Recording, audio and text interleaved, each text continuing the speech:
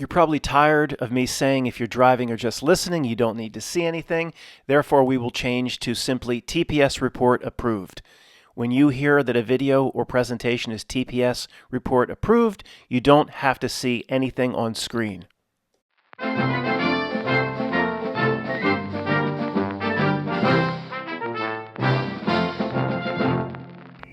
Book, wake up, 4:30, time for milking.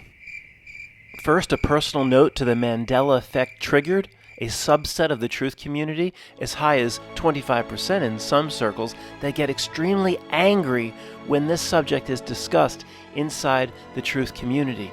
So calm down, Mandela effect triggered. Do your breathing exercises. Remember back when you watched the Oprah Winfrey show that unfortunately went off the air in 2011? You didn't like the guest every day, right? But you still stuck with Oprah, and I'm asking you to still stick with me. Hey guys, it's Matt. I was emailing back and forth with Jerry, and I thought, I'll just make the Mandela Effect video. I only talk about it once or twice a year. It's not because I'm afraid of the Mandela Effect triggered. Most of the hardcore, pipe-hitting, Shutter Island Mandela Effect triggered, they left me in this channel a long time ago. But nevertheless, I know there's 5 or 10% here. They're like, Matt, this is a psyop. It's a waste of time. You've fallen for this. I don't have the same trust in you, Matt, if you fall for this. They kind of put up with me doing this once or twice a year. And the other reason I don't talk about it much is there's a whole Mandela Effect community of channels where 90 to 95% of their videos are about the Mandela Effect. So that's what they do. That's cool. I check in some of those channels out from time to time. But still, I don't love the way the Mandela Effect community in general explains the phenomenon. So I will try to do this in a little bit different way than you might be used to if you're very interested in the Mandela effect. Let's start with this. The basics, work up to the more complicated. The Mandela effect is a perceived change in reality that never happened. Let me repeat that. The Mandela effect is a perceived change in reality that never happened. What? Matt, this is contrary to your own beliefs. Are you backtracking? You say you're Mandela affected. What do you mean? This is factually accurate. If you're ME affected, you have certain changes, quote changes, that you call anchor effects. At least this is the term I came up with. I don't think the Mandela effect community uses my terms or my ideas very often, but I like the term anchor effect. So there's a lot thrown out. Like, Matt, did you see the Scorpions song, The Wind of Change? That's freaking ridiculous, man. It's the winds of change. And although that does seem ridiculous to me, I can't call it an anchor effect because I don't know for sure. But we all have, if you're ME affected, ME for the Mandela effect affected, you have 3, 4, 5, up to 10 anchor effects that you know in your reality this was different. 100%. Not 99.5, not kind of sure, 100%. An anchor effect for me is Australia. Where it is on the map to me is ridiculous. I think it should be about 1,000 miles south. That's one of mine. I have others I'll share with you later. From my perspective, there was a change. I'm ME affected. From reality's perspective, and what the construct that we live in now, there was no date of change. Gets back to the phrase on the Hamish classroom chalkboard. There was no date of change from the objective reality, factually. The Mandela effect is a perceived change in reality that never happened. So I'm sure Australia was 1,000 miles south, if that's one of my anchors. But there's no date of change, and all of history, back through the beginning of time, reflects the reality that exists today.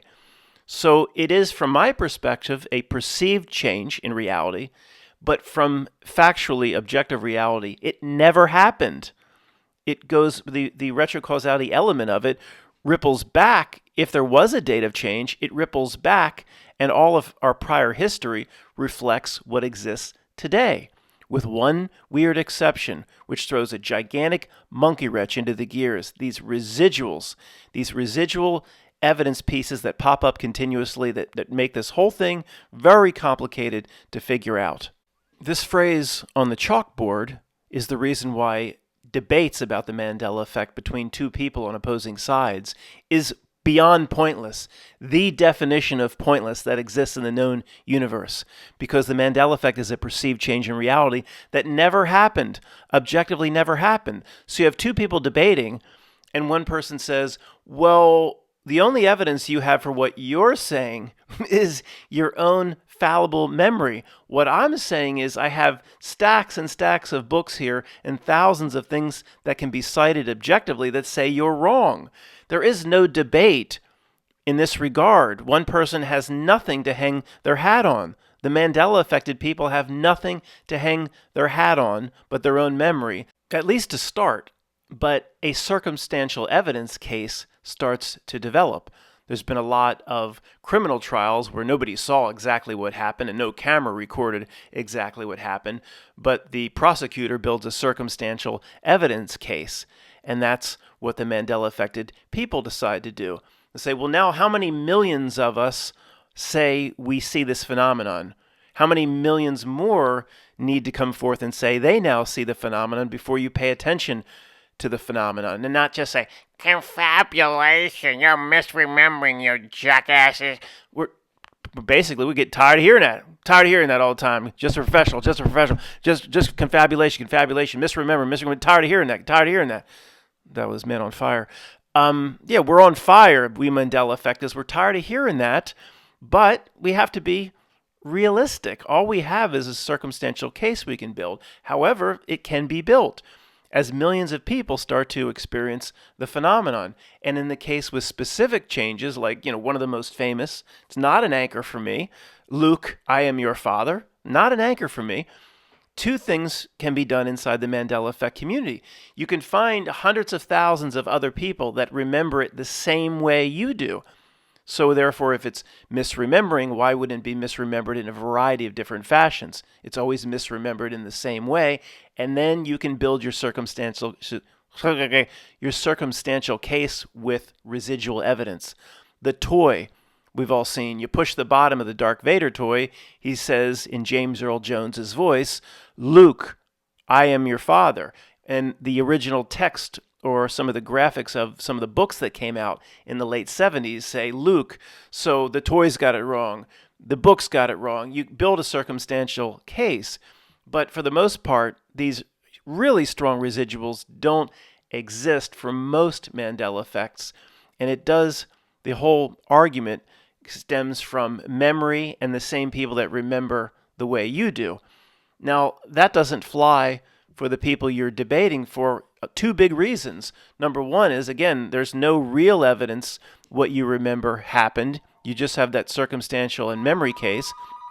And the other thing is, they are part of a reality where this always existed. In other words, there was no change from their perspective. Oh, God, who's calling me? Next slide, and this is still regarding if there's a debate taking place, or if you're frustrated with your uncle who doesn't see what you see. This says, people who don't see your change, the non-Mandela affected, these people who don't see your change or taking the other side, they're correct. You and I are wrong. Objectively, you and I are wrong. It relates back to the first slide. What I remember never existed. Objectively, never existed. Okay, so this is where I get frustrated with people I hear talking in the Mandela effect community or comments under certain videos where somebody is getting frustrated with their family because I can't believe they don't remember this stuff. No, you're wrong. I'm wrong. Your family's right. It never existed. We get frustrated with ones that seem obvious to us, like the Mr. Rogers. It's a beautiful day in the neighborhood. Everybody knows it's the neighborhood, right? They even did a movie called that. But you get frustrated with your cousin Jeremiah. You get frustrated with your cousin Yakov. You say, come on, man. Come on. It never existed in reality. Any Mr. Rogers sings, it's a beautiful day in this neighborhood. All of reality is reset regarding all the Mr. Rogers episodes, and your cousin Yakov has reset as well. There is no arguing with them. We're wrong, they're right. All of reality has reset to reflect what exists today, even though it doesn't line up with your memory or my memory. And your cousin has reset as well. They've always been on that reality. So when this thing hit pretty big in 2016, And I actually made a note this time to talk about why I think it came to the forefront in 2016. I think this phenomenon has always been around, but it definitely came to the forefront and millions of us started to notice in 2016. I'll try to also talk about, I made a note about that Fiona Broom nonsense, how I believe the system tried to manage this. We'll talk about that later. When it hit in 2016 and we had no idea what was going on, I was frustrated as well as many of you. You try to give all those questions to your family. If you build it, the same old questions. If you build it, they will come, or he will come, or where was Australia? And I couldn't believe, what my father was saying, or what my cousin was saying, or what my friend was saying. None of them were on the same page. I'm like, certain you believe you see Mr. Rogers, and most people did remember they kind of said, well, yeah, it's a beautiful day in the neighborhood. Most people for that one, especially, they kind of said, yeah. And then you said, that's never existed. It's always been, it's a beautiful day in this neighborhood. And then they immediately reset to the new reality and that they blew it off. They would be like, well, yeah, whatever, when are the cheese fries coming out? They immediately blew it off that they misremembered, and I believe they immediately reset to the new reality. I think most of us reset to the new reality when these changes are made, but every once in a while there's something we call a Mandela effect where the affected people like you and me don't reset. Reality is like, well, how come we can't overwrite these people? Why? I don't know. We don't reset. But the people we were communicating with, even if their first reaction was, yeah, I remember that. Yeah, of course, Mr. Rogers, it's a beautiful day in the neighborhood. That never existed, you told them. And then literally, I think maybe at that moment, they reset or joined the new reality, like a brush came in and overwrote them. In the past, I've witnessed people taking the download, and they'll blow it off. Like, well, I don't know what I remember now. And those cheese fries coming out, they just don't care to pursue it. To me, this is the reality overwriting them. I think these changes happen all the time, and it's not like we're immune to every one. I think we get overwritten as well. It's just there are these certain ones called anchor effects where we're not overwritten. So the summary for this slide is, I was frustrated when I asked those questions to my friends and family in 2016, but I would never be frustrated with someone now where I said, what do you remember there? And if they say something that's lining up with the current reality that's not lining up with my memory, I would in no way be upset with them or frustrated with them because they're right, I'm wrong. I'm the one that's not in alignment or in harmony or in resonance with the current reality. I'm the oddball, not them. So once again, how absurd are Mandela effect debates? You may have a certain anchor effect. The person you're debating, not only does all of reality, other than a few residuals, we'll get to the residuals, not only does all reality and history and empirical evidence point to the fact that they're right, their own memories, and they're in alignment with what always existed as well. You just have this weird memory. Now that doesn't, to those trying to take the podium against the Mandela effect in general, I'm not disproving the whole Mandela effect phenomenon and making a case for you. I don't care what evidence lines up on the other side. If I have 5 or 10 that I call anchor effects, I know 100% what existed in reality without any fog or confabulation or any error in my memory. It's as simple. Here's a simple way to put when we have an anchor effect. Here's a simple way to put it. I've done this before, but it works. You could say to anybody, do you know the name of your own mother, living or deceased? Most people know the name of their own mother. Now, if somebody came along and tried to tell them that it wasn't that, would you believe them? I don't think so. What if those people came and said, here's all the birth certificate records, here's all the 23andMe records, and the Ancestry.com, and here's the copies of the driver's license, and it all had a different name, and it's now Jane. Would that matter? I think you still know your mother's name, right? All that evidence. Well, here's a picture I have from 1981 with your mother, and there's the cake, and it says, Happy Birthday, Jane, right on the cake. They have all this stuff. It wouldn't matter. You wouldn't be fazed by it. You know the name of your own mother. It's this clear. It's this strong when we have a Mandela effect, anchor effect. Now, a lot of these examples associated with the phenomenon are very trivial. One of my anchors, extremely trivial.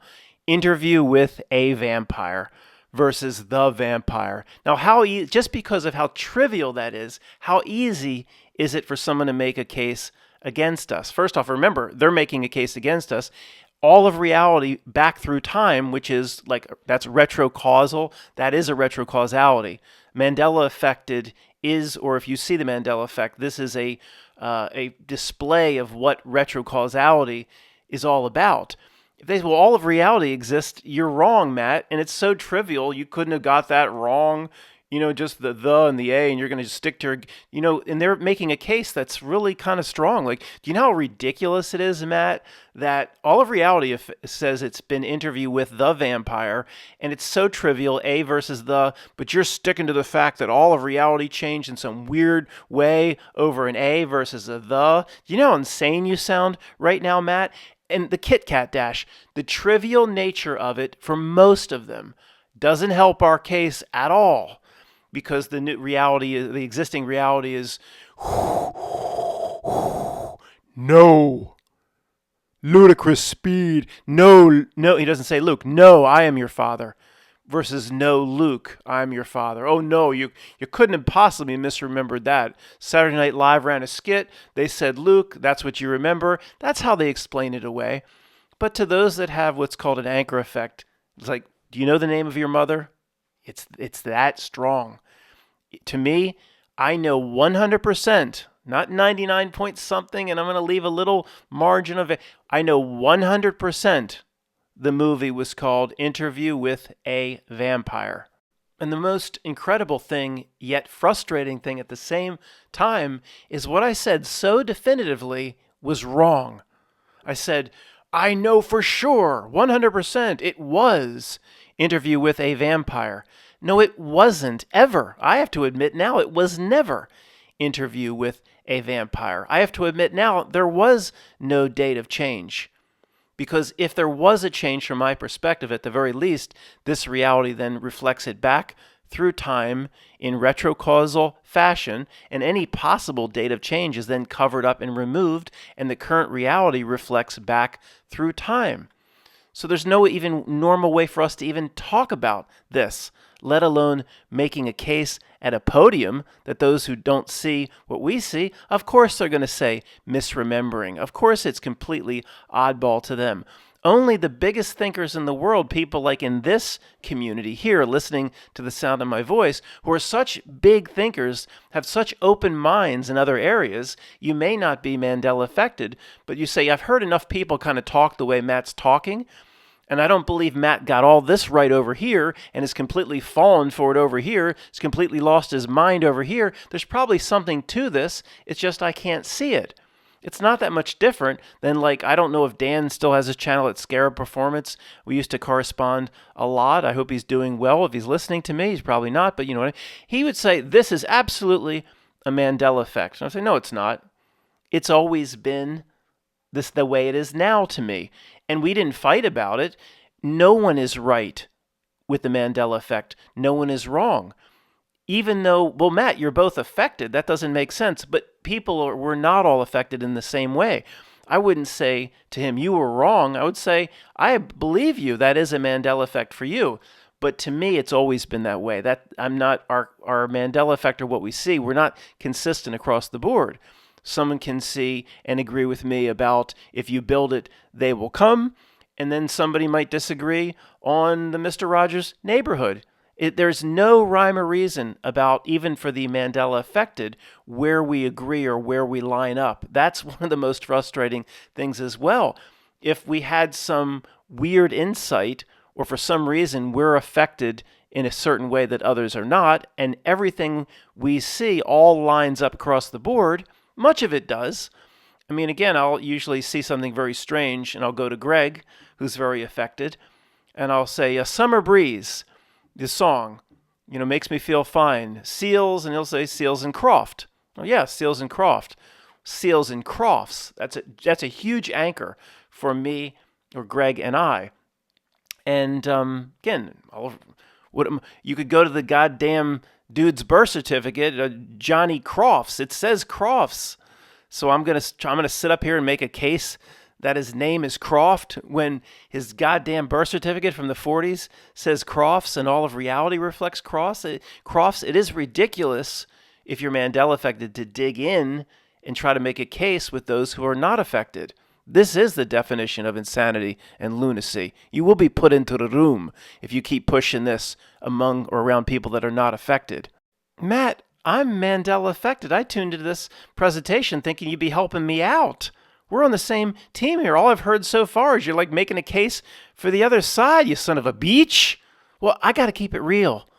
I'm sorry. If I say we perceive a change that never happened, that is objective and factual in this reality. I got to keep it real, but give me a few minutes. Okay? We have things on our side. I'll get to that. I just got to keep it real starting out. Okay, I guess now is a good time to talk about the residual evidence that somehow this reality allows to flow through. The residual evidence can be a bane and a boon at the same time. Now, I don't know which one of those words means good or bad, but you say them together, you don't have to know which means good or bad. A bane and a boon, if I'm even getting that right, whatever. At first you're like, oh, thank you, I'm heaven for these residuals. Interview with a vampire. Now, when it, quote, happened, or we started noticing, you go out and all these magazine articles talking about the movie, Variety magazine or Rolling Stone or Mother Jones or Mother Smith or whatever. They would talk about it, interview with a vampire, and then the vampire. It'll all be mixed in. They're getting it wrong all over the place.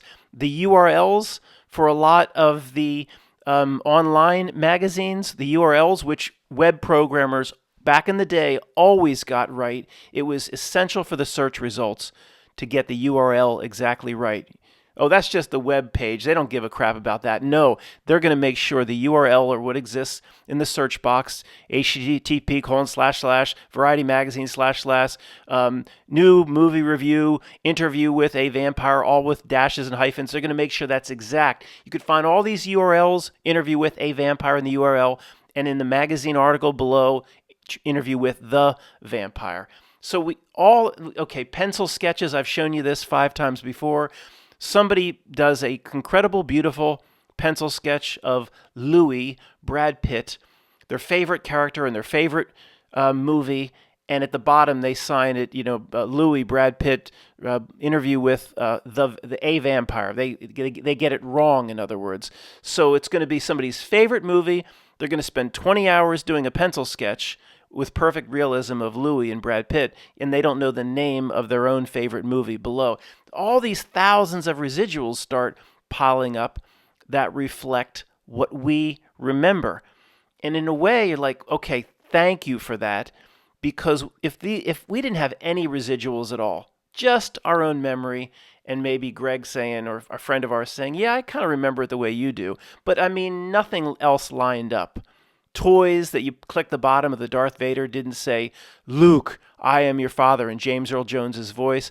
We have tens of thousands of very strong pieces of residual evidence. So in a way, you're like, thank heaven these exist, because we know now that we're not crazy. And if we say we remember something 100%, we're not going to drop it. Maybe we would drop it down to 90% if none of these residuals existed. Okay, they help if we're not. I know I said it's like it's as clear as do you know your own mother's name. We only have that level of surety in a small few of these Mandela effects. For the others, like Seals and Croft, I'm going to call it an anchor, but I mean, maybe I shouldn't. Okay, it's 98%.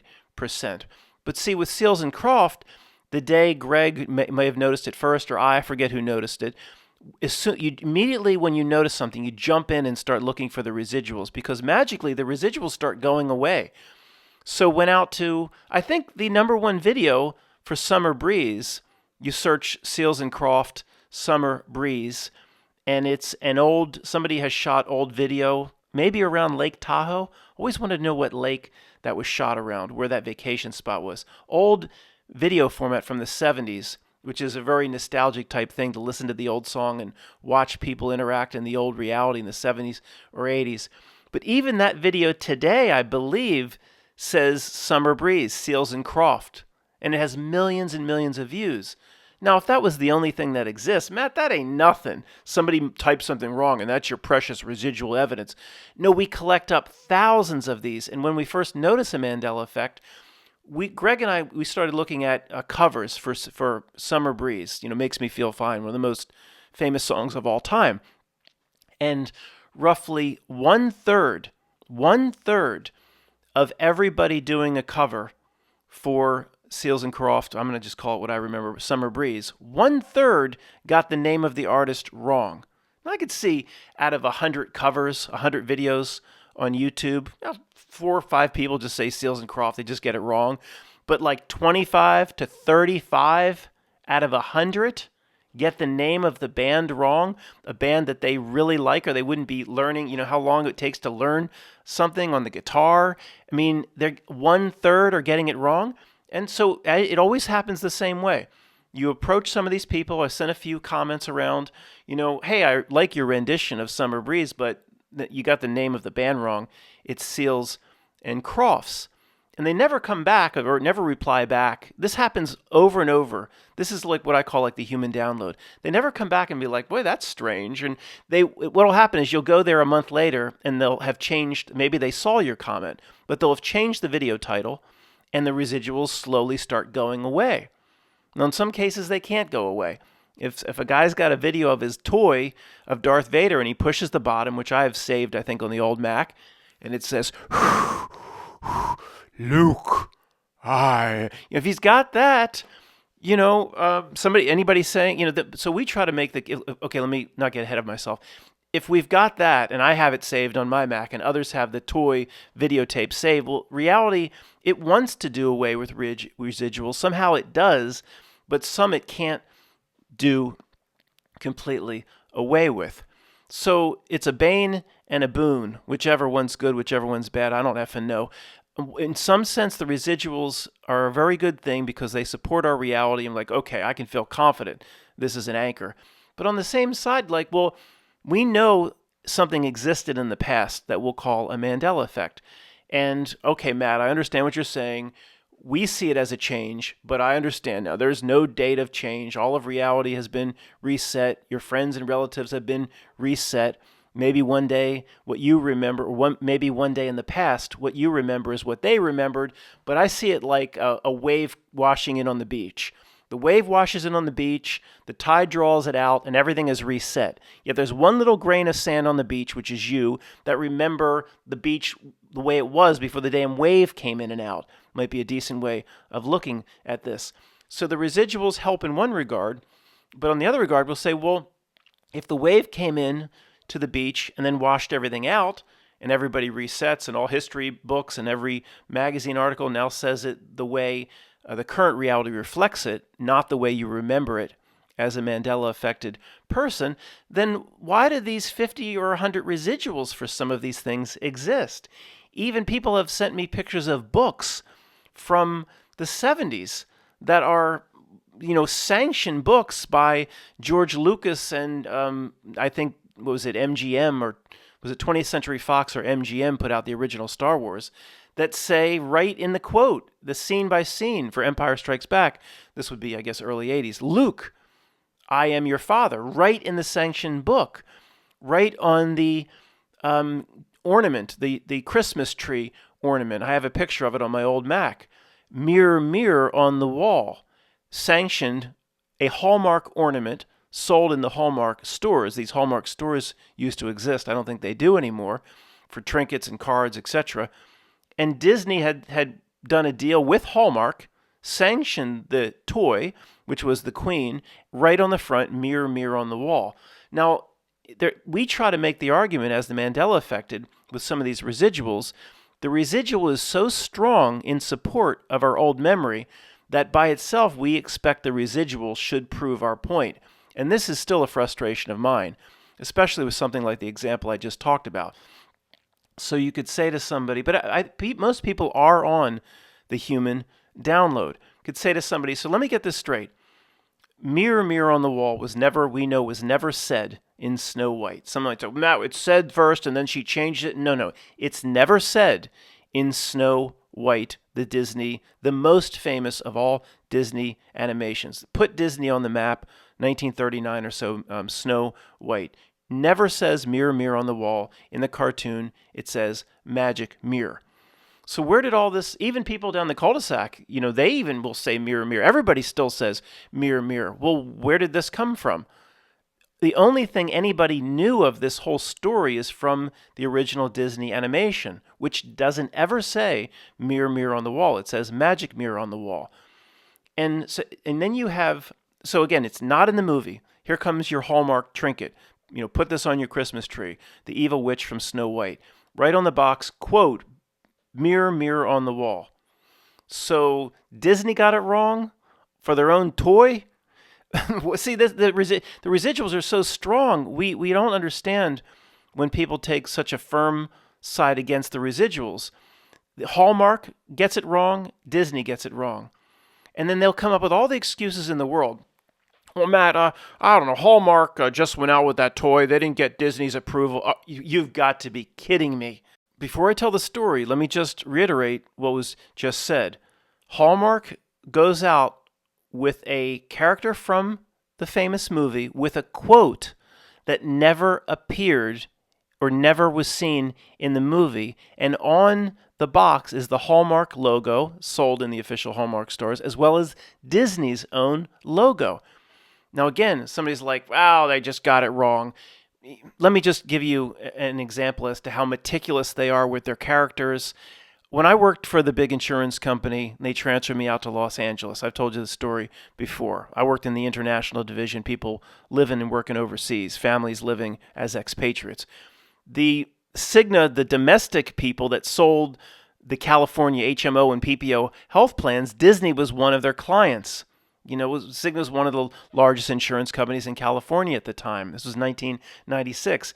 They had a gigantic book. The guy showed me the gigantic book that if their insurance company, Disney's insurance company, Cigna, was going to use any of the characters, there was a whole segment on like Jiminy Cricket. If you ever use this character, you can never put it on this background. You can never put it on that background. You can never have this character appear with this character. It was like a 1,000-page book of rules as to how the characters could be used, what fonts could be used associated with what characters. This is their branding. They're meticulous about it. If Cigna would have not paid it and would have printed up, hey, just throw the Jiminy Cricket onto the little piece of paper that describes the upcoming changes to the HMO, and they put it on a background or a pink background, and they spent thousands of dollars mailing this out. Disney would have had all of it recalled. Cigna would have taken a $100,000 hit. They are meticulous on this shit. This residual evidence is real. Now, our frustration is nobody that is ever, I call it taking the human download. The reality resets.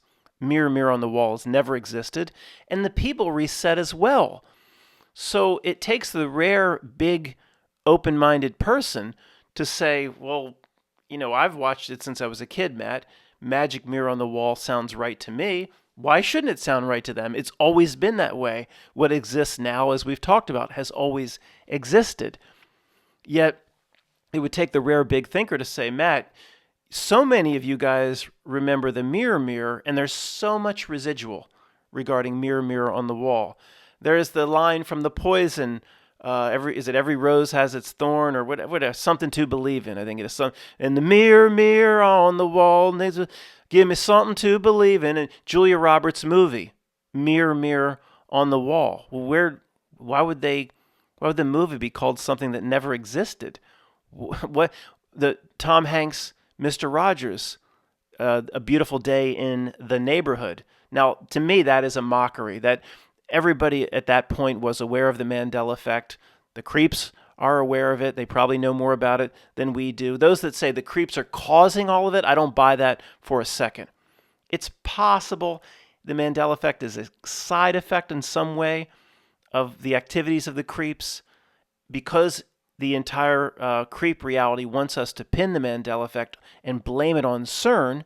That tells me it's not CERN. If I can see they want me to believe something from the system itself, then I'll take the opposite and say it's probably not that. But it could be, it's possible the Mandela effect is a residual of something that the creeps are up to. So regarding the cause of it, I hope we can speculate more on the back end here, but getting back to what I was saying, when the creeps put out the Mr. Rogers movie with Tom Hanks, Beautiful Day in the Neighborhood, they're well aware of this thing called the Mandela effect. I think that's pure mockery, whatever that means. I mean, they know that every single time the show opened, he comes in changing sweaters or changing underwear or whatever he did, saying, it's a beautiful day in this neighborhood. They didn't get it wrong.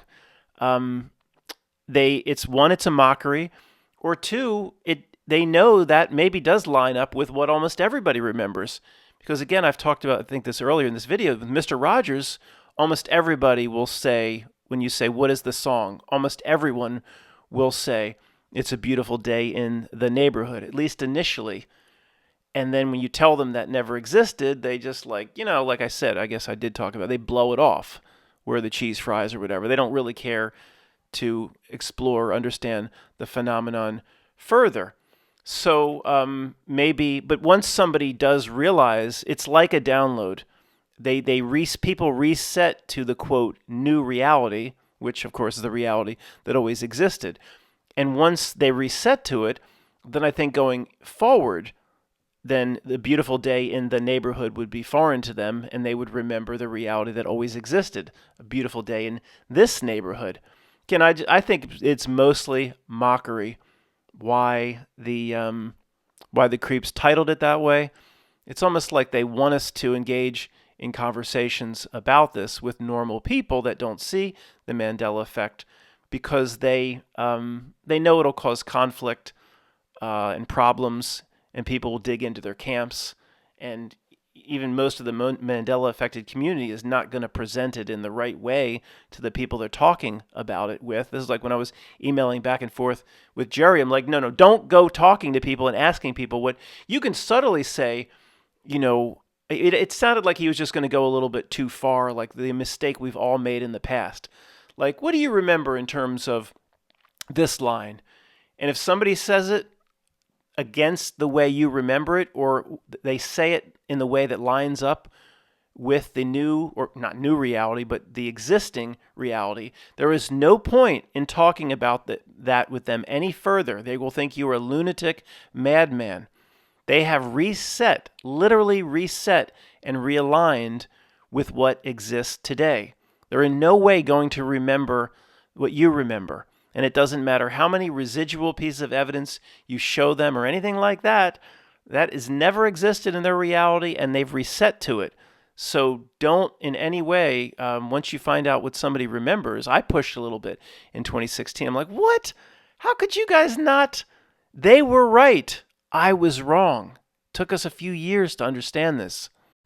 I paused and I was thinking about this for a few minutes, and I want to present it here. I don't know what percentage of our group here in no way sees the Mandela effect. I know some people kind of do, and some people are a little triggered.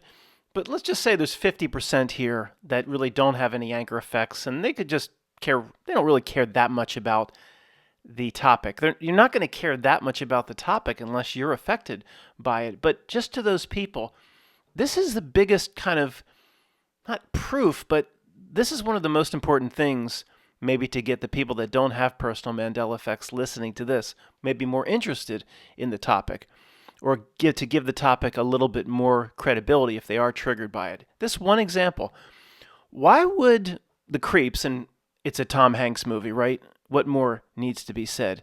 Is there a bigger creep in terms of representing themes and characters and things that the system wants to put forth in general than Tom Hanks? Why would the creeps put a movie out and a title that never existed in reality? Never existed. How could they possibly get it wrong? I mean, the fact that this exists right from the creeps, almost what I said earlier, could be a mockery. This, if you are in the truth community investigating the things that we do, this almost proves that there's something to this if you're not Mandela affected. They made a movie with Tom Hanks with the title of the movie. The title of the movie is rather important, with something that's never been said in all of history.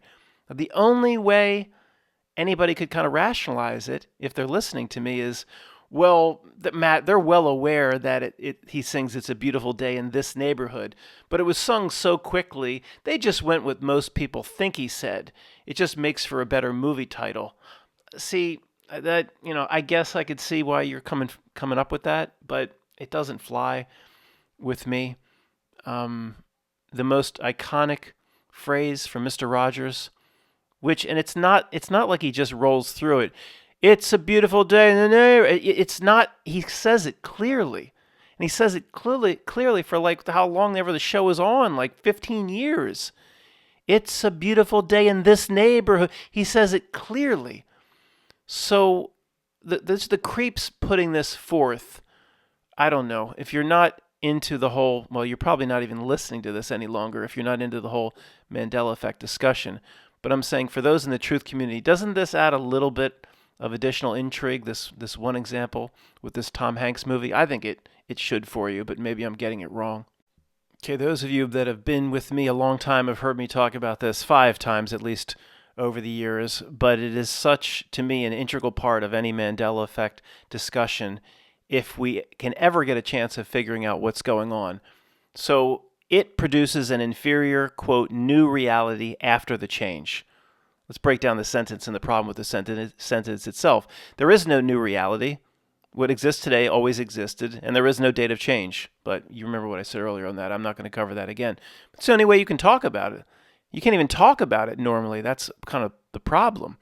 So what this means is anybody that has a Mandela effect that they call an anchor effect, they're remembering something in their reality that's superior, objectively superior, than what exists today.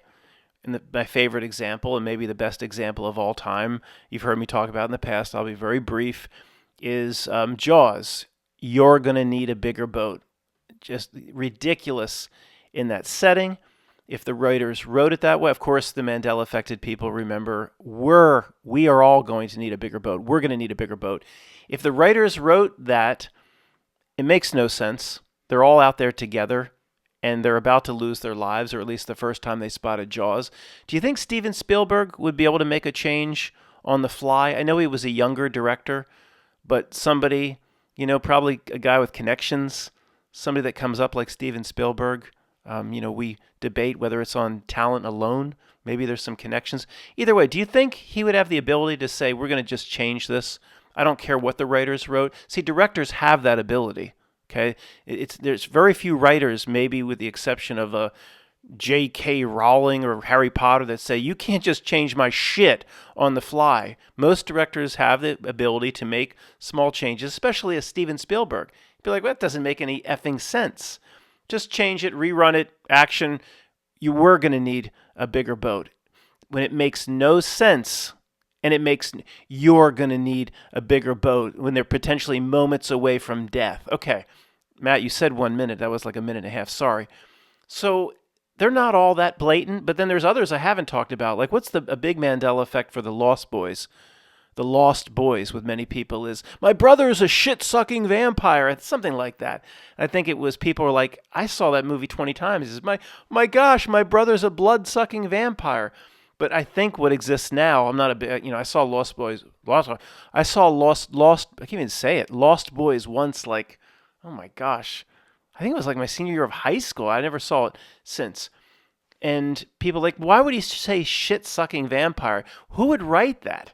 My brother's vampires have nothing to do with shit. It just doesn't make any sense that's a big moment as he's running up and down the steps. My brother's a shit-sucking vampire.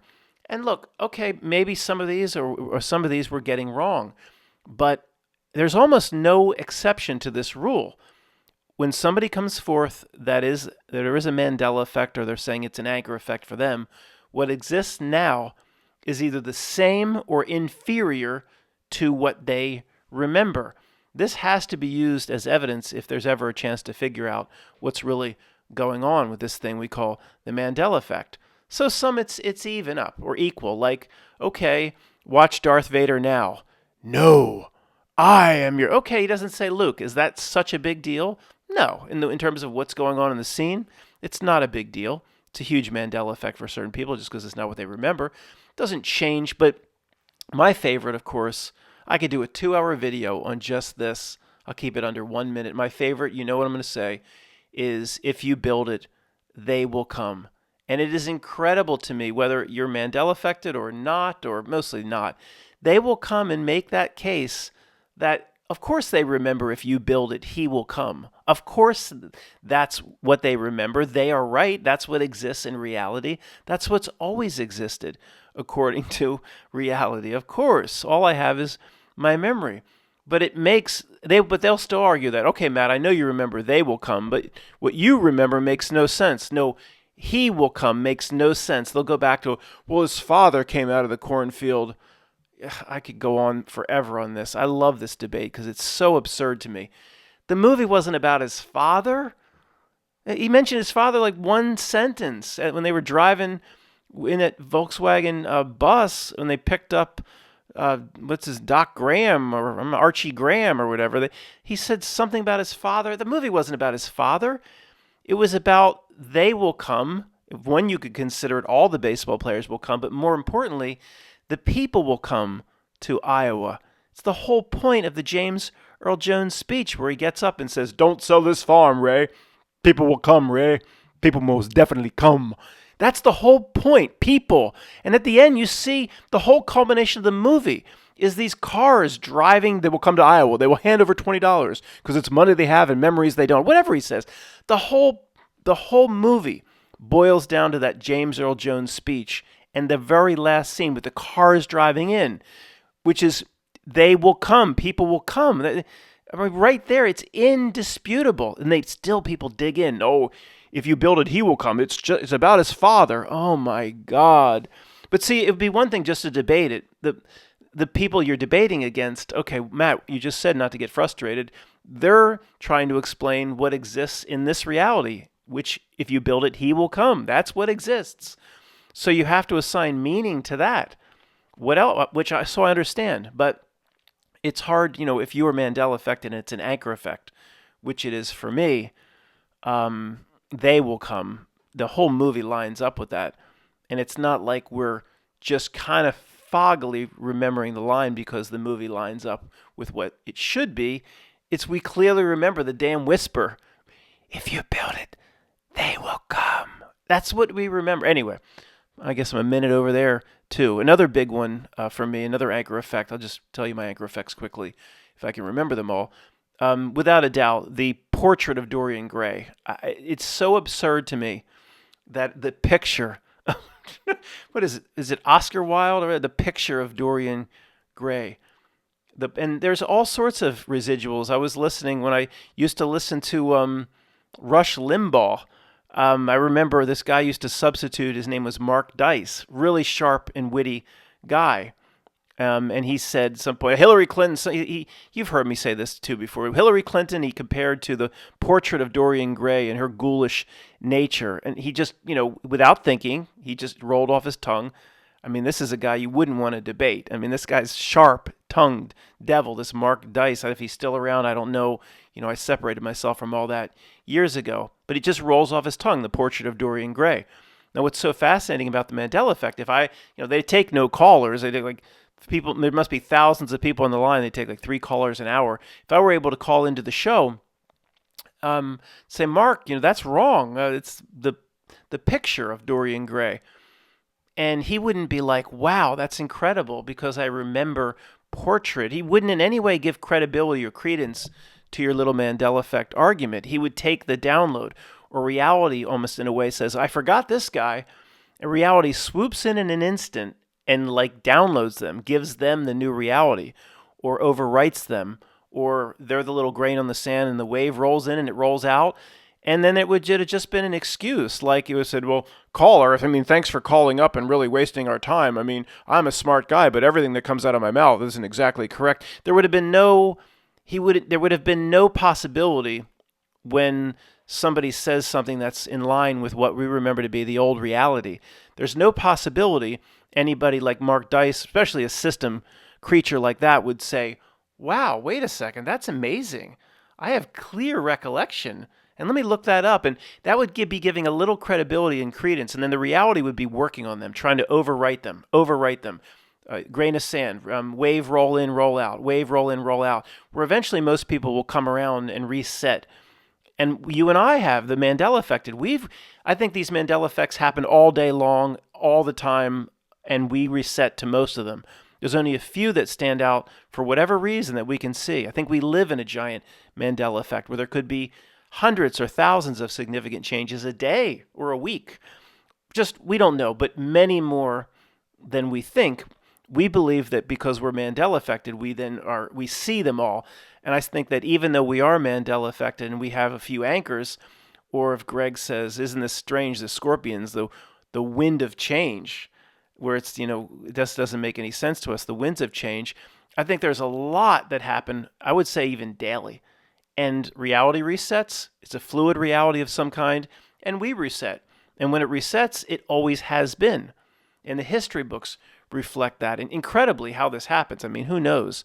But Mark Dice he would get a download. He would reset, and he'd be like, "Thanks for wasting our time. Next caller." There would be no with anybody you approach on this, unless they are just one of these kind of rare people like you and they're Mandela affected. They don't ever stop. And even if they're not, they're like, wow, tell me more about that. That's incredible. Like, they're never open to it. The download will work, or the reality overwrite will work very hard to correct itself, in my opinion. This is the way, or the reason why these residuals over time disappear. Like, after somebody spotted a potential problem with Isaiah 11:6, the lion lays down with the lamb, and now the wolf will lay with the lamb, and the whole verse is different. And a little child shall lead them. The asp and it's all different. I wrote it down somewhere. This is very interesting. I wrote it down. Not working with anybody, but talking to a few people, comparing notes with certain websites that thought they had residual evidence for Isaiah 11:6, which now says the wolf shall dwell with the lamb. We remember, and not that I've just heard it 1,000 times. I don't remember reading it. I've read little passages in the Bible, but never read it through. But it was just so obvious to me. Of course, what animal lies with the lamb? The lion. Everybody knows that. That's the other one I hit with my family and friends when this thing hit big in 2016. It's like, okay, guys, maybe you don't remember the damn Kevin Costner movies, but okay.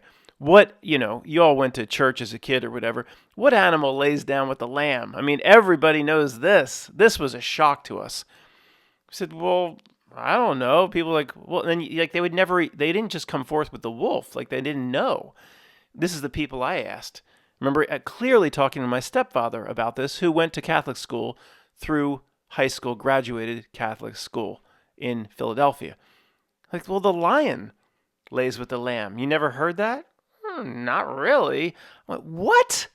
I mean, I heard that my whole life. I don't even go to church. My family dragged me out to midnight mass and Christmas freaking Eve a few times. They're all Catholic. I fell damn asleep.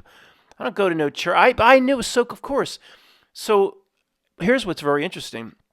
I wrote it down. Almost forgot to tell you. The reality's working on me right now. I wrote it down exactly what it was. What I remembered. People compared notes with people. Probably talked to Greg at some point. The lion shall lay with the lamb. I forget it now. I looked through my book of notes where I knew I wrote this thing down. I still can't find it. What are you saying, you jackass? That it disappeared off the page? Maybe. I don't know. It's possible. Okay, I'm not going there. I'm just saying it's awfully strange. And okay, maybe so residuals do disappear for whatever reason. No, I'm not going to hang my hat on it disappeared off the page, but it is possible. I'm not going to take that off the table. But there's still outside, somebody sent me the Lancaster Playhouse or whatever it is where they perform little plays. And there's a Lancaster, Pennsylvania, 30, 40 minutes from here. And most importantly, where Dutch Wonderland, the amusement park, is, where the Amish way of life merges with the secular way of life, whatever that means. Sorry, Dutch Wonderland is not one of my favorite. I prefer New Jersey's Six Flags if it's still. Oh yeah, we looked at it recently. They all still exist. No, not one damn customer for a year and a half, but they all still exist.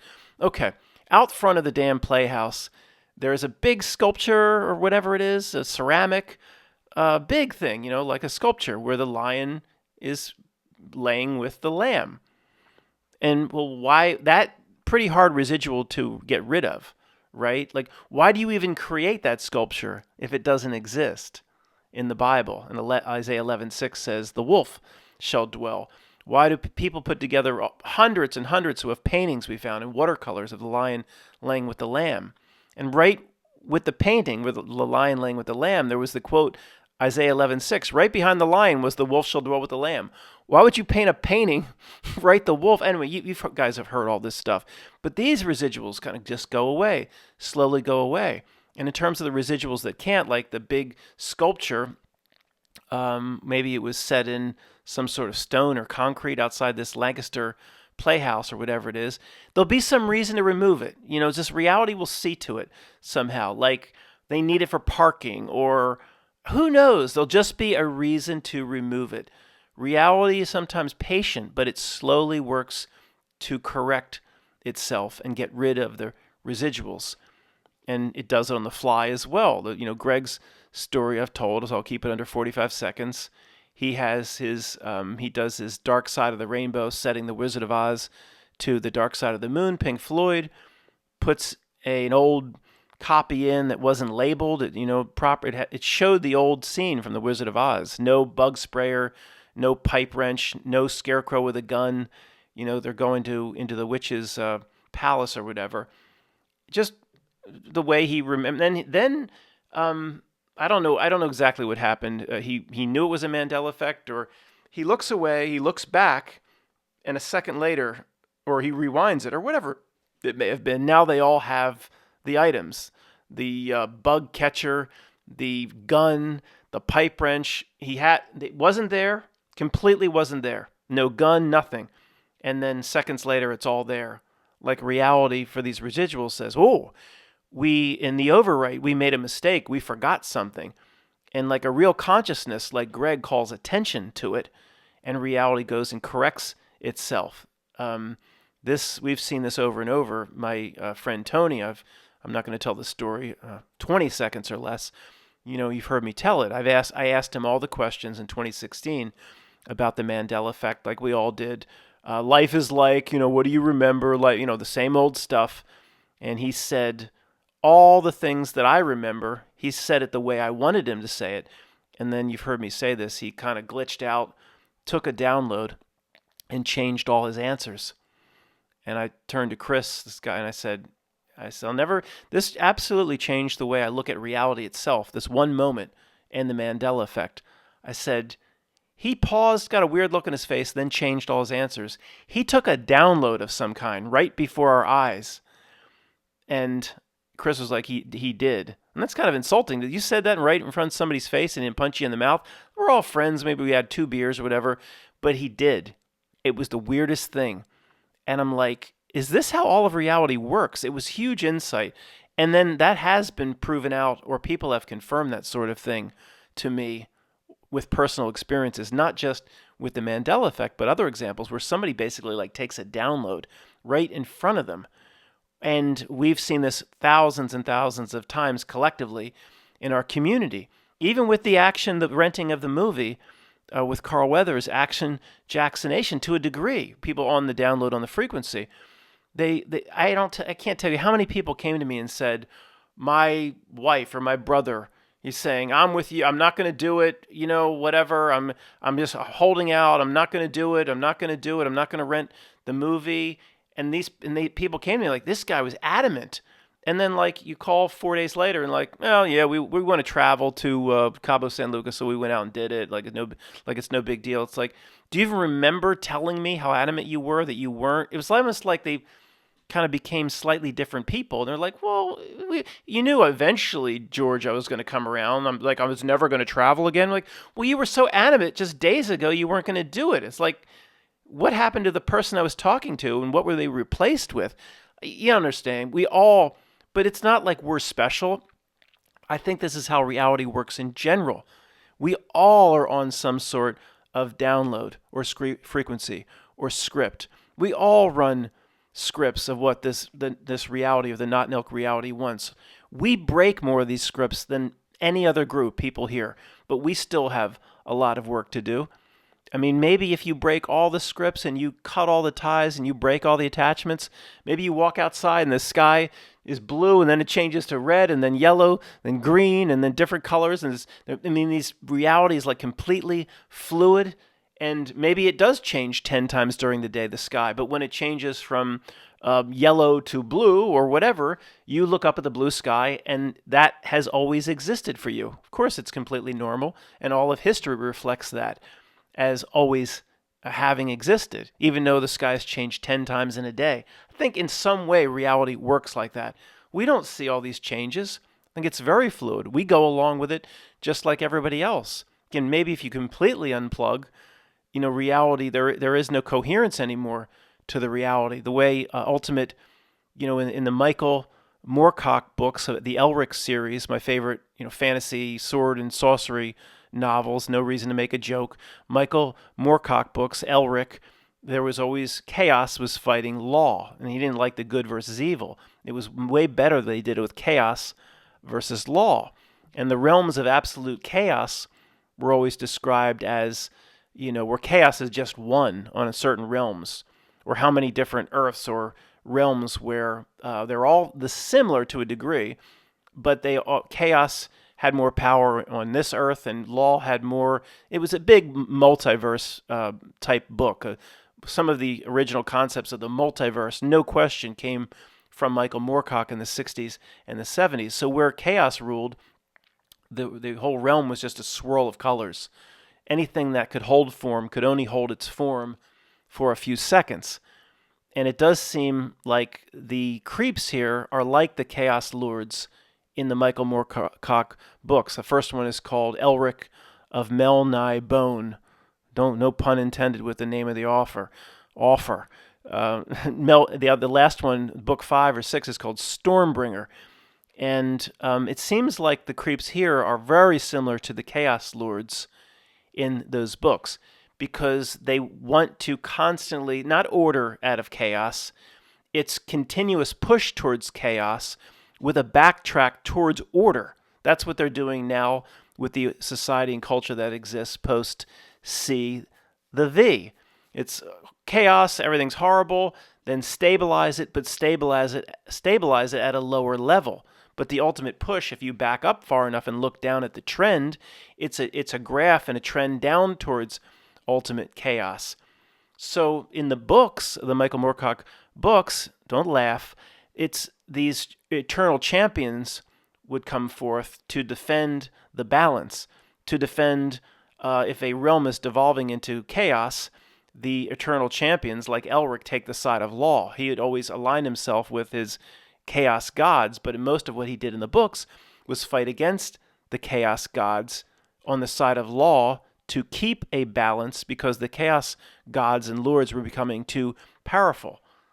I'm not assigning us the role of the eternal champions, but is that to a degree, it seems like that's our role here, but not so much so, because we only affect ourselves. We only influence those that are like-minded, that are separating from the reality. We have almost no success liberating the people around us that are just going along with everything. So we're not quite the same as, the way Elric was described in the book, but our role is similar. At least I like to think so, but probably not.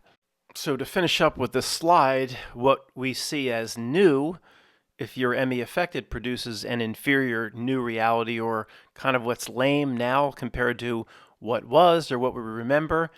And again, it's so fascinating to me because there's so many hundreds of examples other than the few I mentioned here.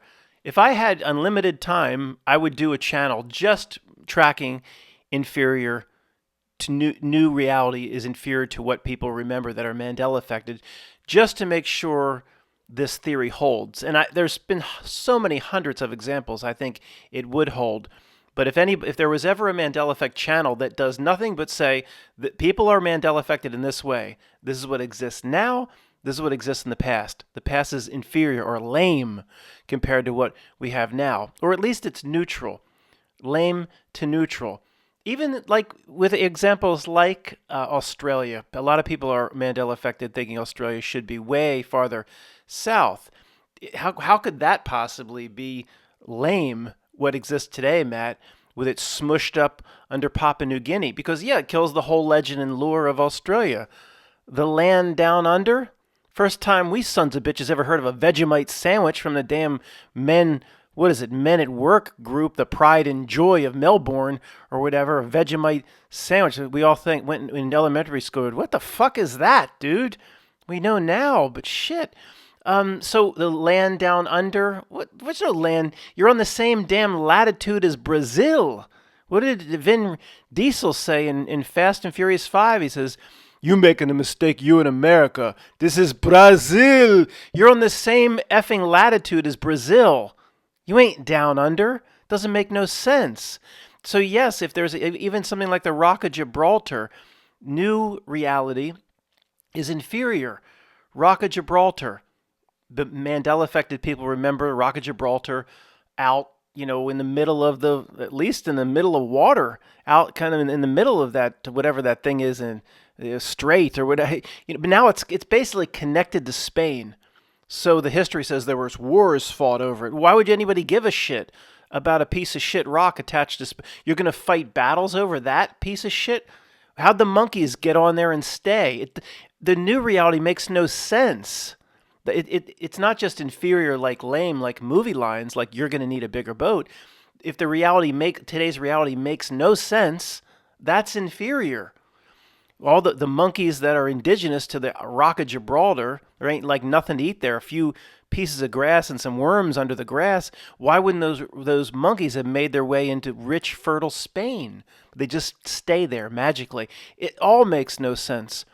If you have a decent Mandela effect channel you turn to just comparing new reality to old, and it's decent, trust me, I'll promote it if you're doing a ton of this new reality versus old to prove this theory of new reality sucks. It's the most interesting thing in the world to me. Well, Matt, how is old reality regarding Rock of Gibraltar superior with the monkeys? Because the story makes perfect sense. There's some story about a pirate or Blackbeard or some pirate or something. I don't know. They brought their ship up to the Rock of Gibraltar, which is in the middle of the Mediterranean Sea, or at least a half mile off land.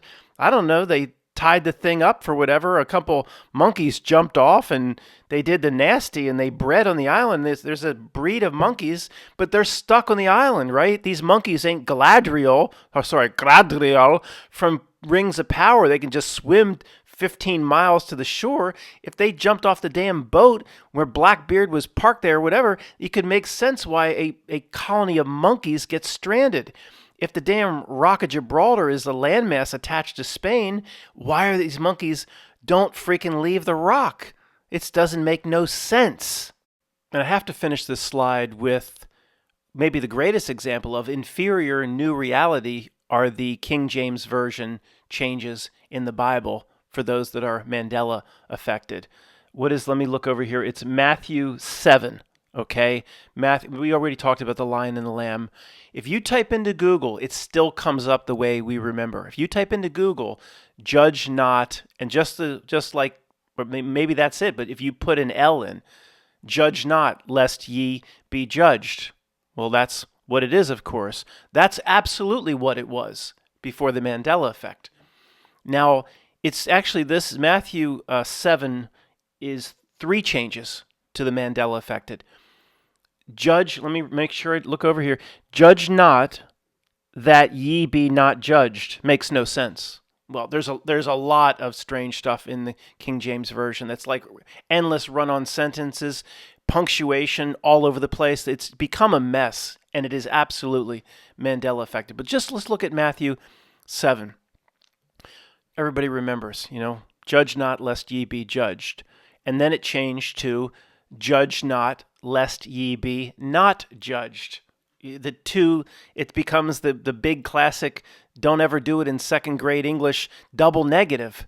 Judge not. I mean, it just made sense the way judge not lest ye be judged. You're going to judge that person's fat ass. You're going to get judged yourself. It's a very simple lesson, isn't it? Judge not lest ye be not judged. What?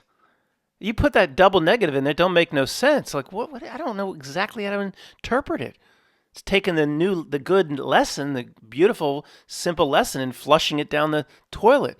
Now it's judge not. There were three changes to many Mandela affected people. Judge not lest ye be not judged. Lest, everybody remembered the lest. I didn't even read the Bible, and I remember the lest. Judge not that ye be not judged.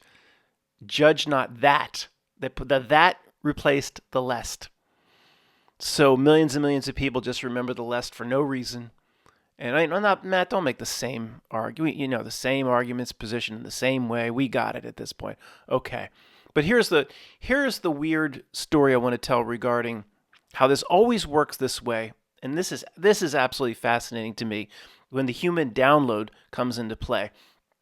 So, 3 or 4 years ago, I found this Mandela effect change very interesting because I remember, judge not lest ye be, I cannot remember myself, judge not lest ye be judged. So I found, I don't want to go to Bible Hub or these massive websites. I found a small-time, I've told this story before, I'm going to tell it again, it's fascinating. Small-time pastor that was talking about what does Jesus mean when this was said, and he had it, from our perspective, he had it right throughout. I think in one point he had it, lest ye be not judged, but 3 or 4 times in quotes, judge not, lest ye be judged. So I commented, he left his email or something. It was a small website. It wasn't this mega website or a mega church or anything. And he didn't respond to my email, but he must have gotten my email because the website changed. And I was very nice and polite, and I said, there's this thing called the Mandela effect, but either way, you're quoting Jesus incorrectly. I mean, what it says, if you look down at the King James Version today, what it says is very clear. And he had in quotes, giant quotes, judge not lest ye be judged. And I was like, that's not what's there. You can't just make it up. It has to reflect what the current reality is. Didn't reply to me, but then I went back a month later, and the website had changed. Did the pastor, Matt, somebody throwing rubber duckies?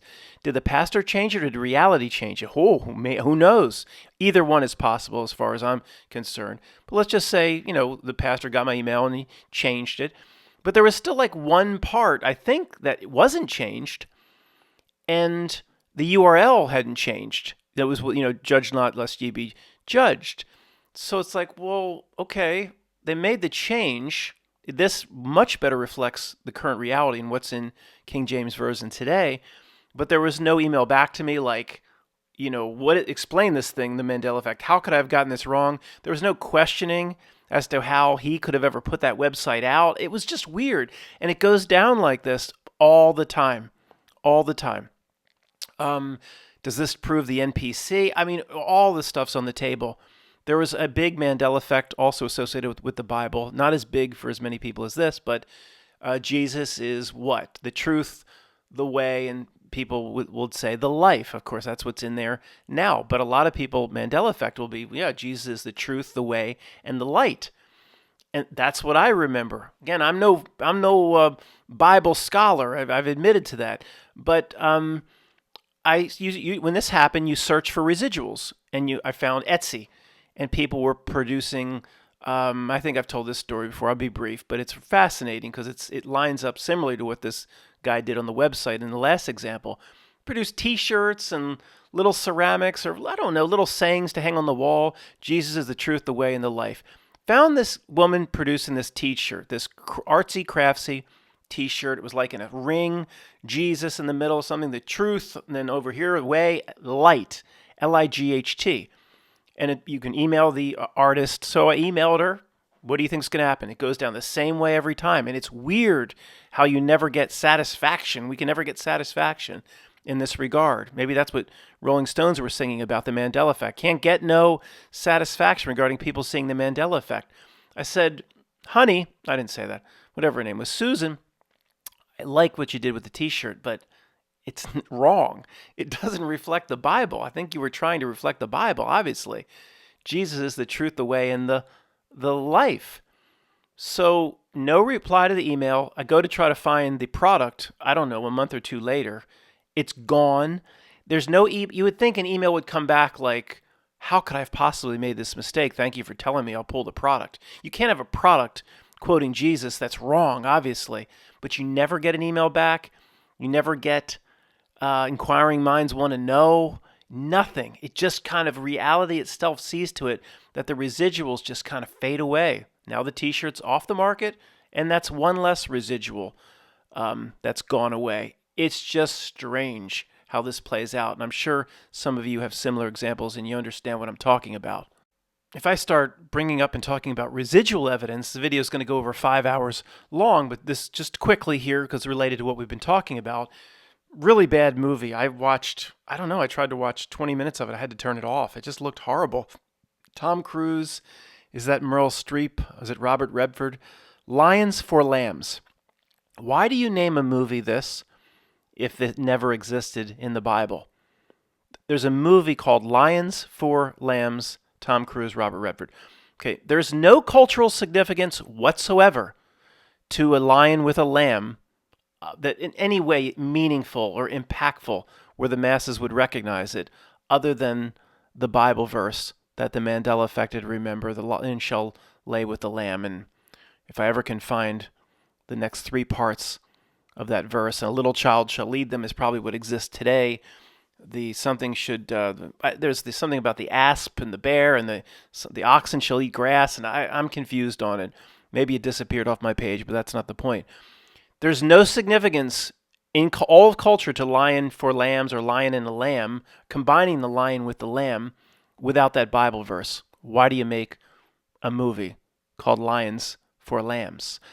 So, of course, the non-Mandela affected or anybody that is completely on the download in this regard, at least for this, I'm not saying you're on the download if you don't see the Mandela effect. There's a lot of people in the truth community that can see through reality all over the place, the same way I can and you can, and they see all the fraud and they see the fake presentations and they see Elon Musk for what he really is, and they're not Mandela affected. I don't think that makes somebody inferior or superior. We all bring different things to the table.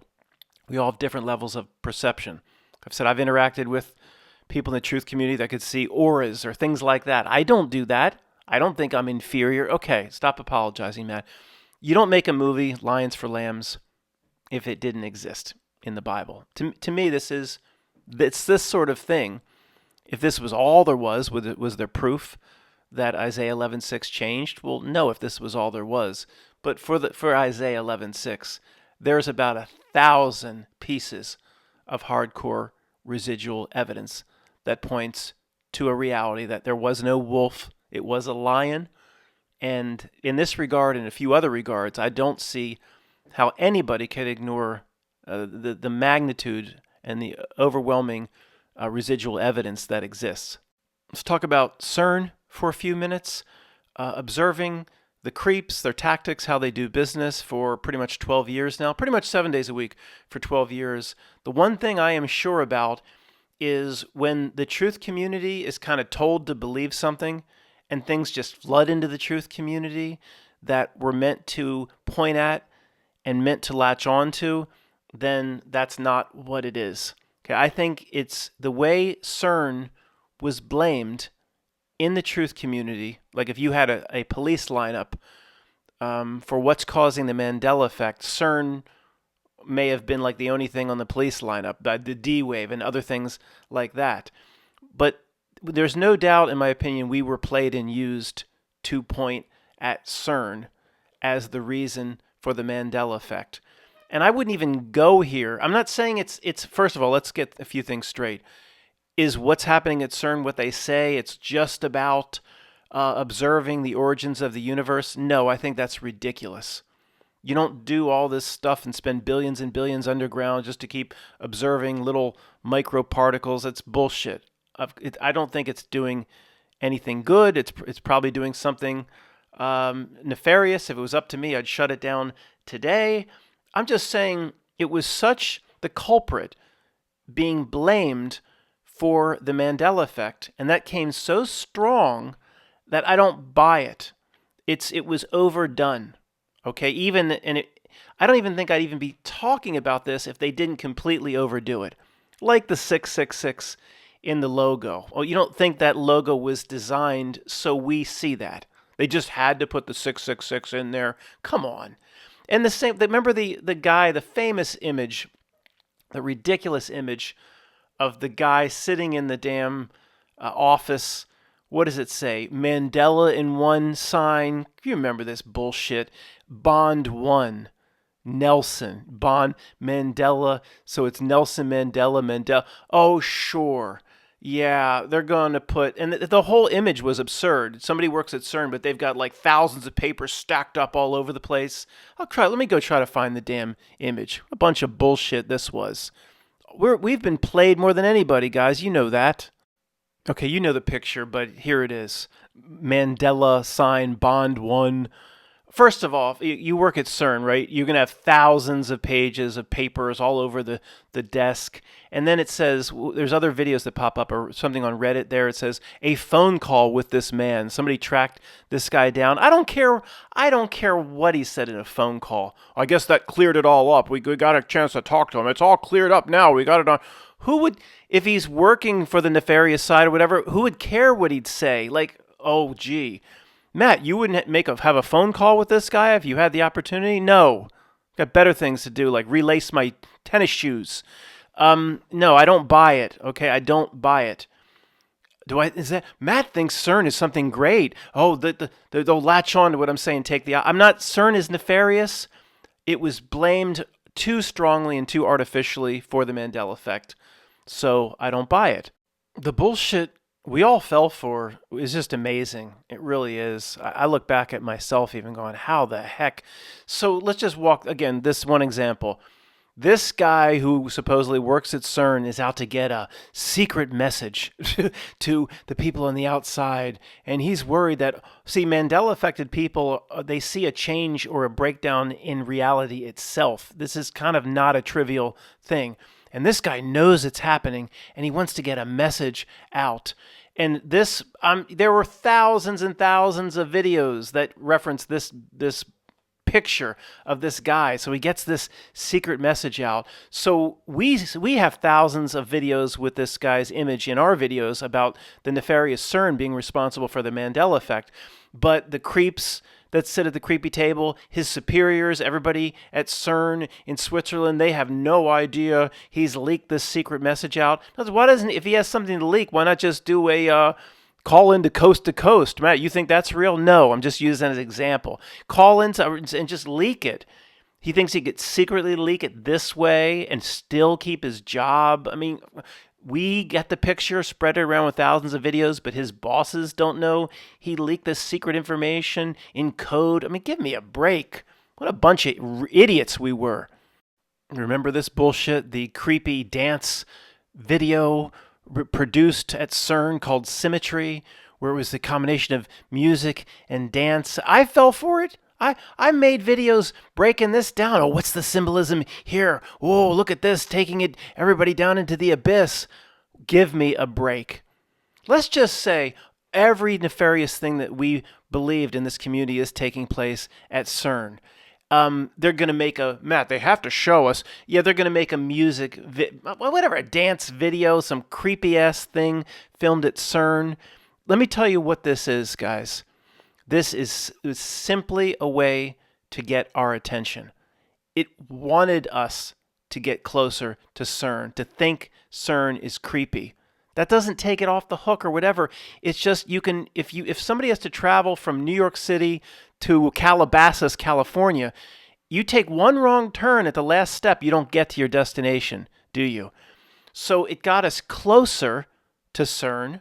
Oh, we're getting Matt and everybody else making all these videos. Look how creepy this dance performance is regarding CERN. But then just to throw us off just enough. Matt, are you saying this video, whatever this dance was made for us? For the truth community? Yes, that's exactly what I'm saying. They know people will notice how creepy this reality has become or is becoming. And like the Pied Piper, they will lead those people that notice in the direction that they want them led.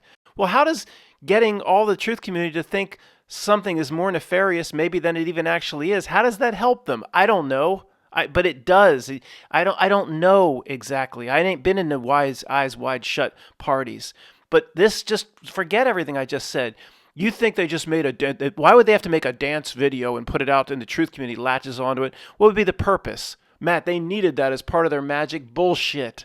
It was meant to pull us in. It was meant to lead us in the right direction, then throw us off the cliff at the right time. As usual, we took the bait over the last 10 years, including myself, so much and so many times on their bullshit, and we're not falling for it anymore. Being drawn in on purpose. Is that so outrageous to us now? Have I ever talked about an inflated tire being left? Why did it have to be inflated? To get a certain group's attention. Mistakes on purpose across the board. How about this in Connecticut? Mistakes on purpose. Why did they left the wrong airplane part and all that? Come on, guys flying around on wires on the ISS guy. We caught him. Oh, Matt, they made a mistake. We're smarter than they are. We caught him on the wire. Oh, sure. This is no different than any of the other mistakes on purpose. And it's not a mistake. It's meant a mistake on purpose, or this, or whatever it is, the guy holding the sign, Bond 1, and all that. It's meant to put us or lead us down a certain path that in some way helps them. It's pretty obvious at this point. Okay, Matt, what is this thing, the Mandela effect? You say it's not CERN because we were meant to point at CERN. Well, you tell me, you jackass. What is it then? What is the Mandela effect? Now, I have some ideas. It's fun to ponder. We're going to explore that over the next, I don't know how many minutes it'll take on the back end here. But based on what I've put forth as the half page or the 2-sentence culmination of everything this channel is all about over the last few years, I'm going to ask you to answer the question based on, what my 2 sentences would be as to the culmination of everything. So if this section is, what is it then? What is the Mandela effect? I'll pause for 10 seconds. What do you think I would say to that based on the 2-sentence or the half-page reality that I've been trying to present for a few years? I'll pause for 10 seconds. Answer the question, those listening to the sound of the words coming out of my mouth. What is the Mandela effect?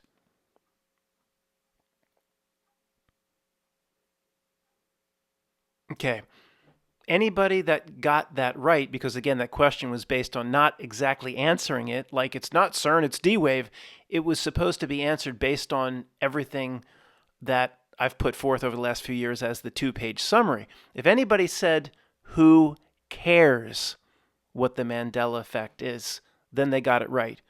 If anybody came forth and said, why are we even discussing this? It has nothing to do with worry about yourself. It's another reality distraction outside of ourselves. If we figure it out, do we get an award, a prize, a showcase showdown, an instant win, a big spin of a wheel? What do we get? It's another bullshit distraction, probably outside of ourselves, no different than any other distraction. If anybody said, who cares?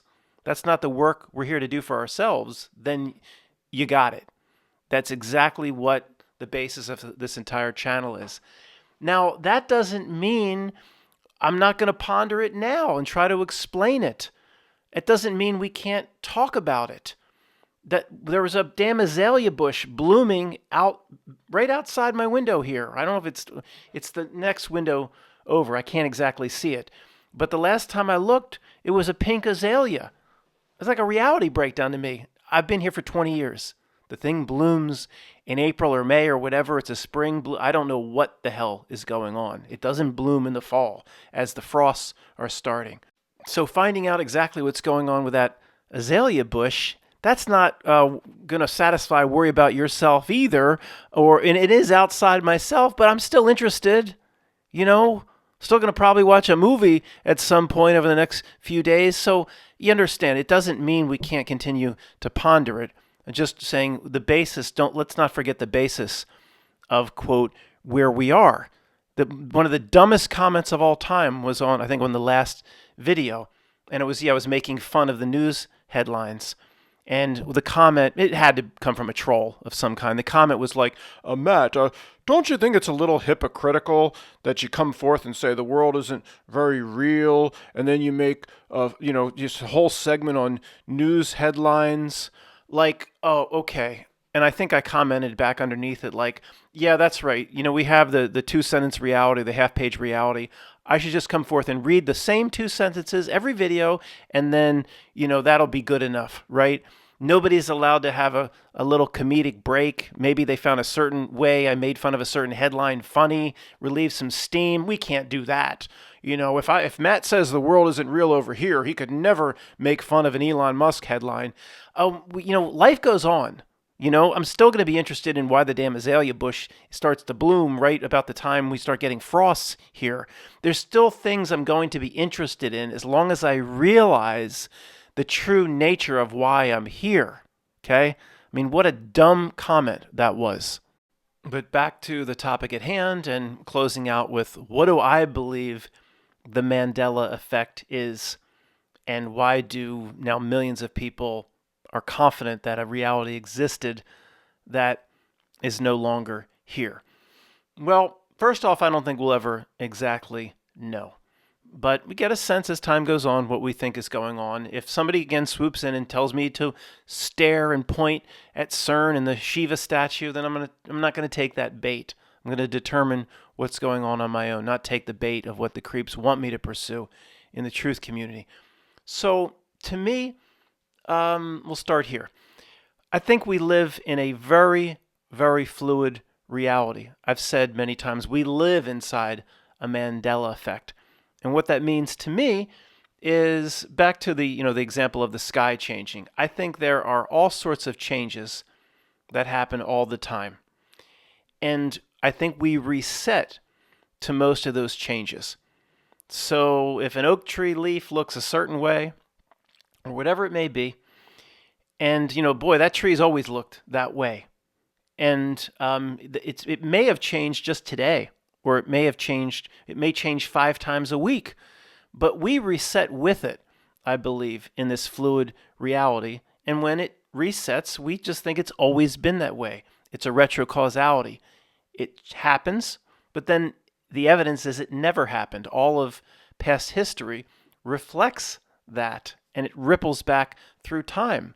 So if this is the basis of my theory, the big question that has to be addressed is, well, if all these things all around us are fluid and changing all the time, they change, we reset to them, we think it's always been that way, sky changes every day. Do I know the sky changes? I don't think it even changes.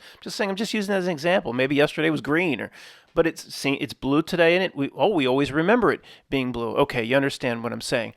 So of course, the big question then is, why would we reset and just go along with all these thousands or millions of changes, but then certain ones, we remember what was. We didn't reset for Moonraker and Dolly's braces, those that are Mandela affected.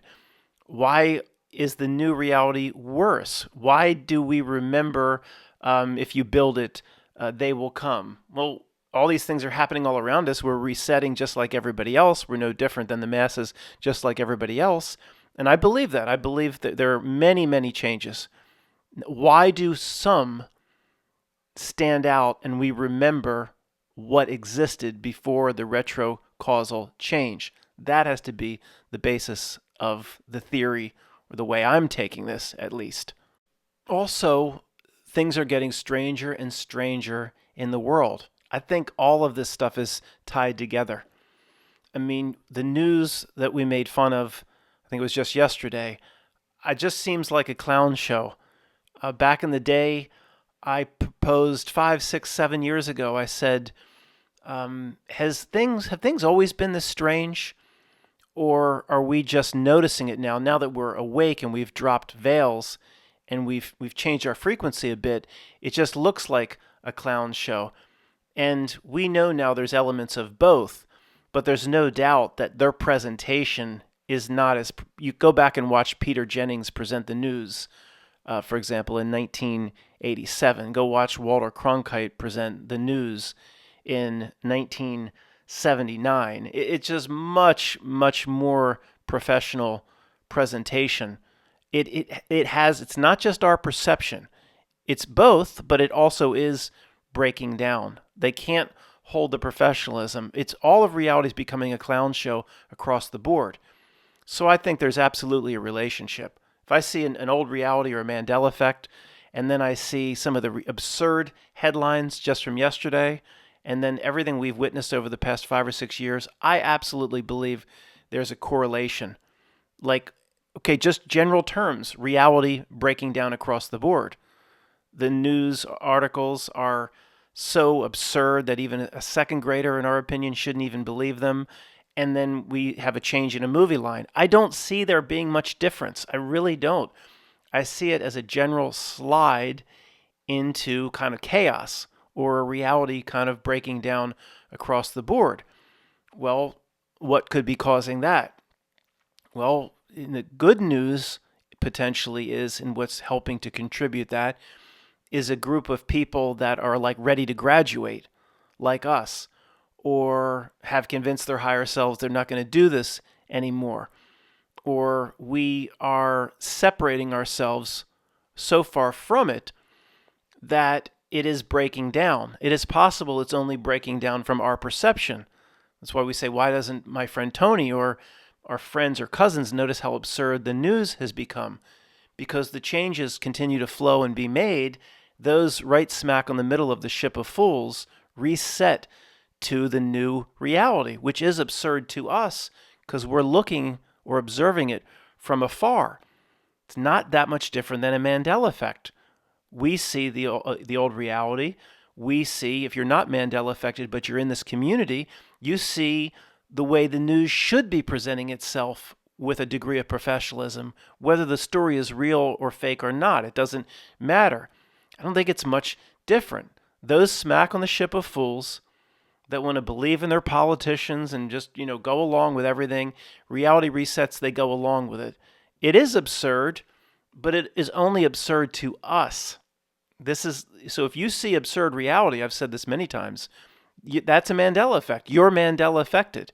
If you see that there's no possible way these news headlines could be this crazy, this believable, how did the whole world just started to bow down to certain cultures, or we'd say lifestyle changes, or certain choices. The whole world now bows down to it. This happened in just 12 to 15 years, where old reality was like shunned or whatever, and now it's the greatest thing of all time. But my friend Tony and others, they might, if they have a conservative bent, or they might think the liberals have gotten in there, but overall they have a reason to explain it away. They're kind of accepting of it. They say, oh, the liberals are in there, and the all of Congress now mad as a communist slant to it, or whatever it may be, where we see it like it'd be like a reality breakdown. I don't think there's any difference between the Mandela effect at the highest level looking down, the Mandela effect, and everything else that we see breaking down. So if everything is breaking down, at least it could be mostly from our perception, then that would be because quote, we're kind of ready to win. We're separating ourselves from it. We're getting farther and farther away from it, looking back in. And every time we walk a mile down the road and we turn around and look back at it, it looks more and more bizarre. This happens to us across the board, of course, with just bizarre news stories and how do people believe in this and that. And one thing that some of us see is something called the Mandela effect. But if you see the news is absurd, I think, again, one last time, you're also Mandela affected. So if a group is ready to break away and truly walk out of this reality permanently, like maybe the ancient Egyptians did, or all these ancient cultures, maybe they won, they morphed the heck out of here, who knows? Then it is going to start to break down, at least from our perspective. On the other side, it could be the creeps simply like violating natural law or cosmic law, or just literally pulling too many reality buttons and levers potentially trying to keep things together to benefit themselves. They want to stall the century out for some reason. The same characters and the same roles. Your stock picker, Jim Cramer, will push 20 years, and Vanna will push 50 years, and all this. What did somebody say to me? The Santa Claus with Tim Allen is coming back. All these recycled, retread losers, all this stuff keeps coming. Tim Allen was big in the 80s. What? So they may be, if they take a too big of a bite of the shit sandwich, maybe there are consequences. And to certain groups, reality to a degree starts to break down. And their creepy table, their smoking room, they could say, if we have to pull this lever and push this button for ourselves, or stall this out, or do this, and we can't make such a big move. This whole group over here will see it. They'll see right through it. Reality will start to break down. They'll point at us. They'll see things like the Mandela effect, and they might be like, we have to do it for our own creepy, they maintain their creepy position on the back of their speedboats. We have to do this. These people over here, will lose them. They'll eventually walk away from the reality. They won't recycle back, or whatever your belief set is. They might be like, we got to pull these buttons. If we lose these people over here, we lose them. We'll try to keep, we're experts at manipulating this thing called the truth community. We still can keep 80% of them chasing the same bullcrap breadcrumbs with the same bogus headlines crafted to fool the truth community. Maybe they believe they can just, even though we see it, that they're so good at tempting us with the yellow breadcrumbs, they can just pull us right back into where they want. Although there's still going to be a few of us like us that truly believe we are succeeding in breaking away from it. So much so even time doesn't work for us anymore. Right, guys?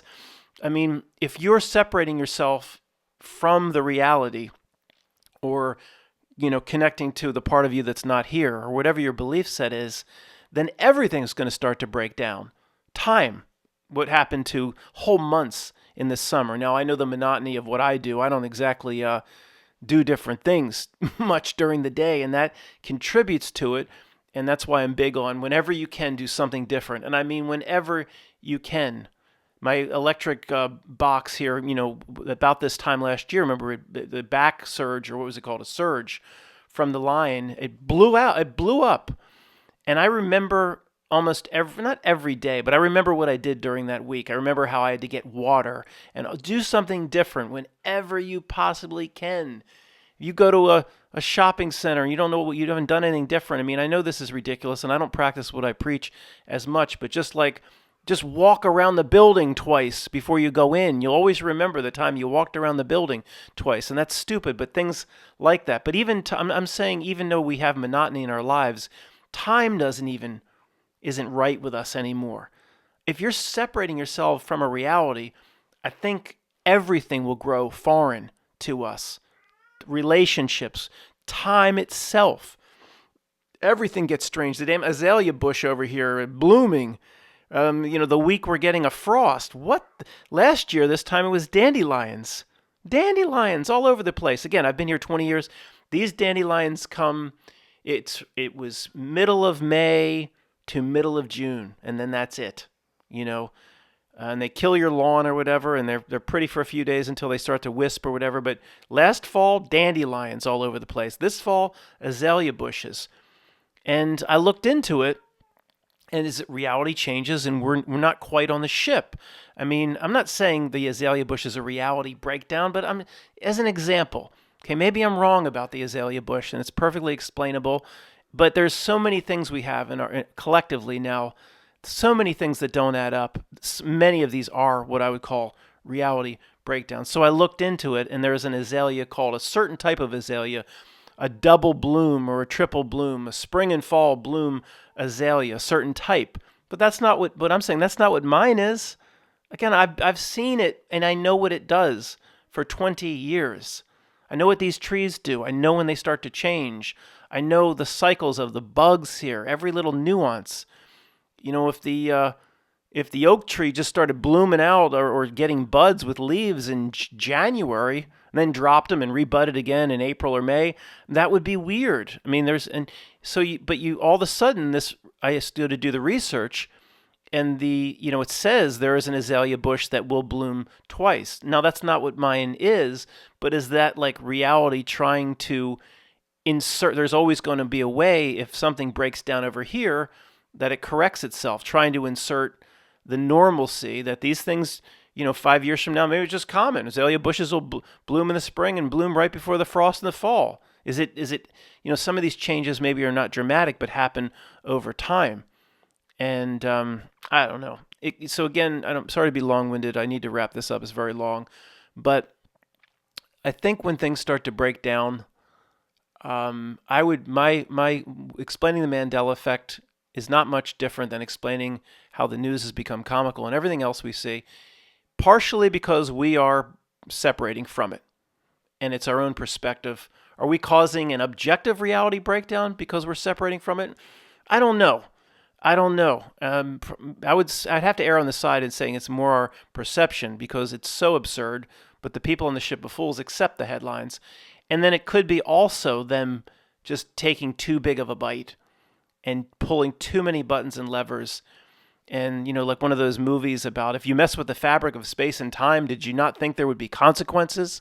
And maybe they're just messing with too much. And they're like, well, this group's going to see it when we mess with too much. If we make this brew up, this whole group of here is going to see it, and they might be like, so be it. We have to make this brew up. Let them see it. Give them a quicker way to win. But they're probably so confident, like, well, they'll see it, and then we'll just lead them down the wrong path. We'll lead them right back to CERN, or we'll lay false breadcrumbs. And they're going to continue to do their investigations and think that the cabal can be beaten and all this stuff instead of just saying, this is all bullshit. I'm out of here. Announce to God or higher self or whatever you believe, a part of you that's not here. I'm out of here. I'm not doing this, homie. Don't play this diner thing anymore. We're not doing it. Vin Diesel in the movie Triple X says, I started to notice things. First thing he says to prove this isn't a real diner. What are we doing? We're starting to notice things, that this isn't a real world. So I think it's twofold. Maybe they're taking too big of a bite, and then we're separating from it. Those on the ship of fools, like our cousins or whatever, they're going to take too big of a bite. It's going to cause reality changes, but because they're right smack in the middle of the ship of fools, right smack in the middle of all the changes happening all the time, they're living in the middle of all these Mandela effect changes, and they're going to reset because they have no defenses, no armor. They're going to reset to it immediately, where we're not resetting to it. Was there anything else? Any other potential reason? I don't know. For now, I just got to leave it at that. I'm not sure we'll ever quite understand it. But I think the main point is don't think of it completely on its own. Like if Matt sees a movie line change, that's that Mandela effect, Mandela affected people. I think it's absolutely tied in to all the other strangeness collectively. And we all bring something different to the table in terms of what we see and our perceptions. Thanks for listening.